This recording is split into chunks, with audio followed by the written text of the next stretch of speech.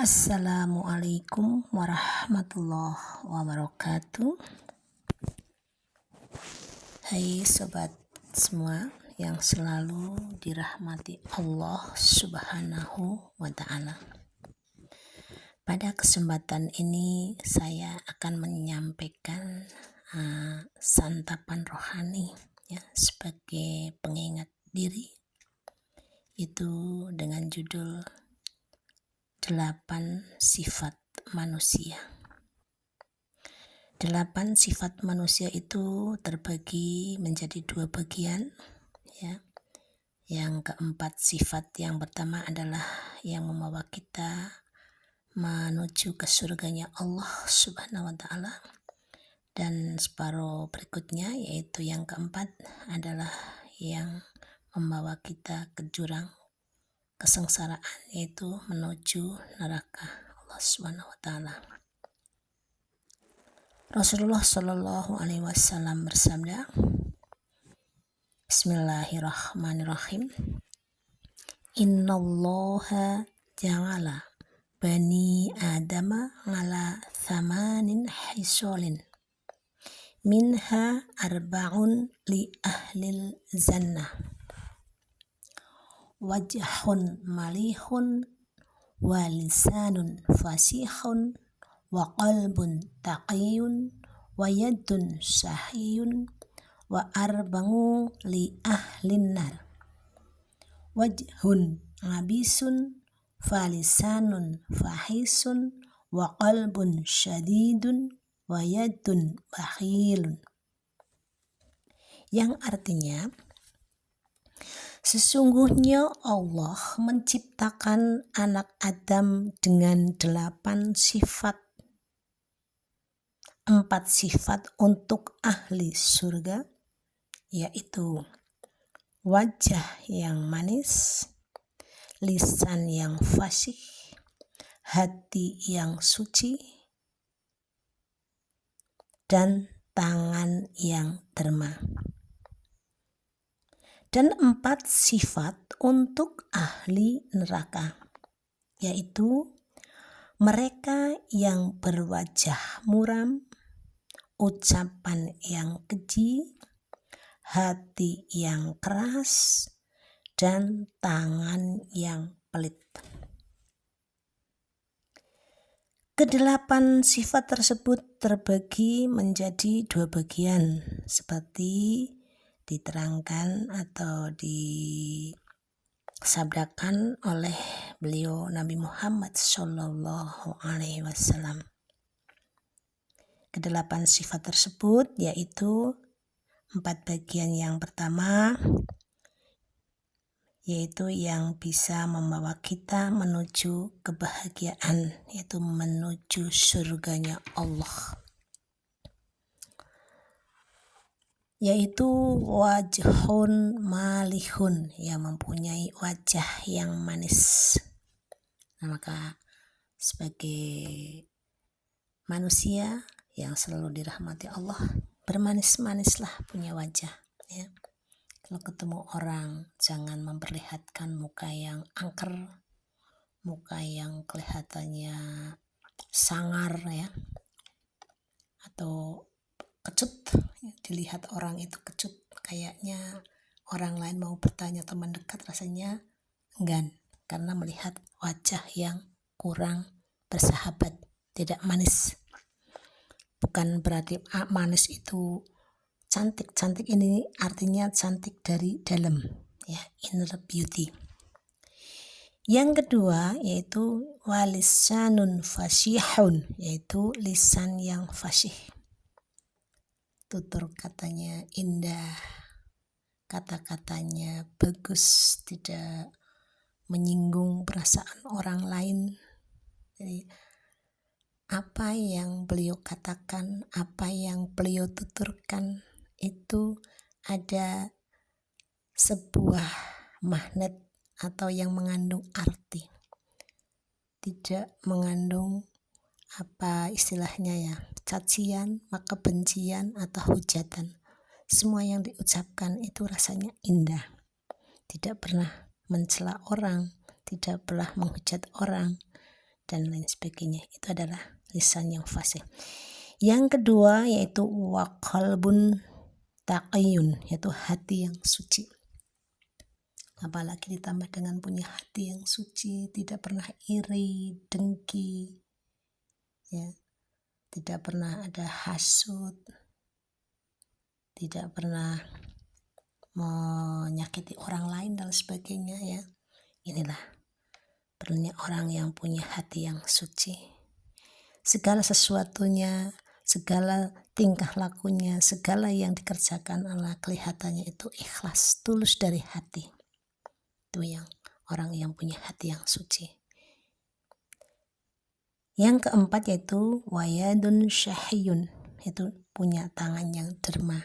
Nah, ini punya tangan yang derma ternyata membawa kita ke surganya Allah. Jangan pelit, jangan merasa bahwa apa yang kita miliki, apa yang kita dapat itu milik kita sendiri. Padahal sebenarnya di balik apa yang kita punya itu ada hak orang lain.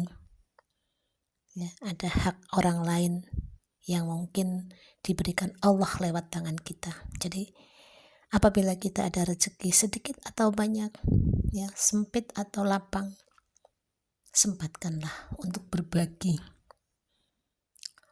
Karena ada perintah, berbagilah walaupun sebiji jarah pun. Berbagilah walaupun hanya 1 biji kurma. Itu artinya apa?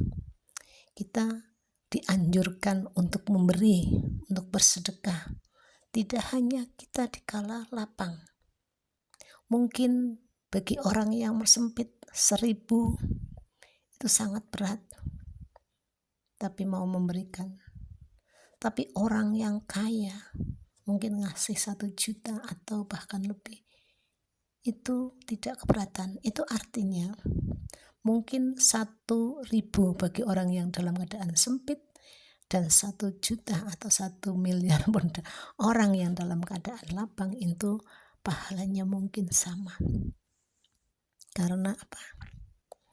Memang 1000 sangatlah berarti bagi orang yang dalam kesempitan. Itu.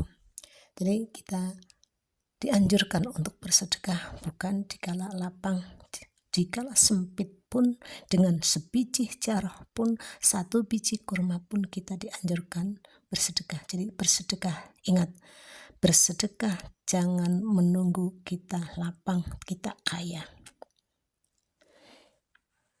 Adapun kedua bagian yang keempat yaitu yang bisa membawa kita ke jurang kesengsaraan, yaitu neraka jahanam yang bahan bakarnya adalah manusia. Nauzubillah min dzalik. Yaitu orang yang punya wajhun ngabisun,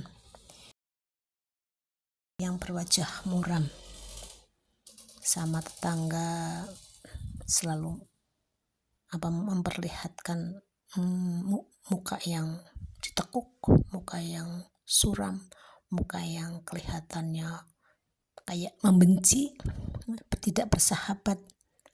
Itulah. Jadi misalnya orang seperti itu kan kadang kita mau tanya, ya, itu rasanya udah malas, takut dibentak atau gimana, pokoknya malas aja. Yang kedua yaitu punya falisanun fahisun, yaitu orang yang ucapannya sangat kecil. Ya, di mana ada dia pasti ada huru hara. Di mana dia pasti temannya merasa tidak aman atau tetangganya tidak merasa aman. Karena apa? Ucapannya yang sangat kotor, yang sangat kecil. Senang mengadu domba, senang mengumpat, senang marah-marah. Dianggap dia itu yang paling benar. Itu biasanya orang yang menganggap dirinya itu paling benar itu. Jadi ucapannya ke orang lain itu menuju atau mengarah ke ucapan yang kecil. Biasanya seperti itu. Atau mungkin dia tidak bisa mengendalikan emosi, ya, sangat pemarah. Sehingga yang dikeluarkan itu ucapan-ucapan yang kecil. Yang ketiga yaitu waqalbun syadidun, yaitu mempunyai hati yang keras. Orang yang mempunyai hati yang keras biasanya tidak menerima nasihat, tidak bisa menerima saran, ya, tidak menerima kebenaran. Orang yang seperti itu dikatakan orang yang sombong. Padahal orang sombong itu dilarang oleh Allah Subhanahu wa taala.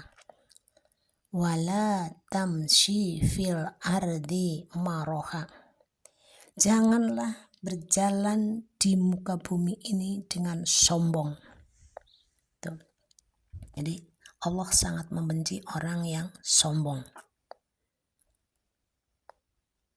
Yaitu atau yang disebut dengan hati yang keras. Yang keempat yaitu wayadun bahilun. Nah ini kebalikannya orang yang dermawan atau senang derma, tapi tangan yang pelit, ya. Kita mudah-mudahan dijauhkan dari orang-orang yang seperti itu orang yang pelit. Orang yang pelit biasanya walaupun berlimpah atau mungkin berduit atau mungkin sedang lapang, tapi kalau memang hatinya pelit, terbiasa dengan pelit, maka dia akan tetap tidak mau berbagi dengan orang lain. Padahal setiap yang kita miliki, setiap yang kita punya, ada sebagian adalah milik orang lain. Hanya Allah memberikan, mungkin Allah memberikan lewat tangan kita. Itu saja yang dapat saya sampaikan. Mudah-mudahan kita semua bisa mengambil hikmahnya dan bisa yang baik kita bisa ambil dan kita jalankan, yang buruk kita buang dan kita tinggalkan sehingga kita bisa selamat baik di dunia maupun di akhirat. Akhirul kalam, billahi taufiq wal hidayah. Wassalamualaikum warahmatullahi wabarakatuh.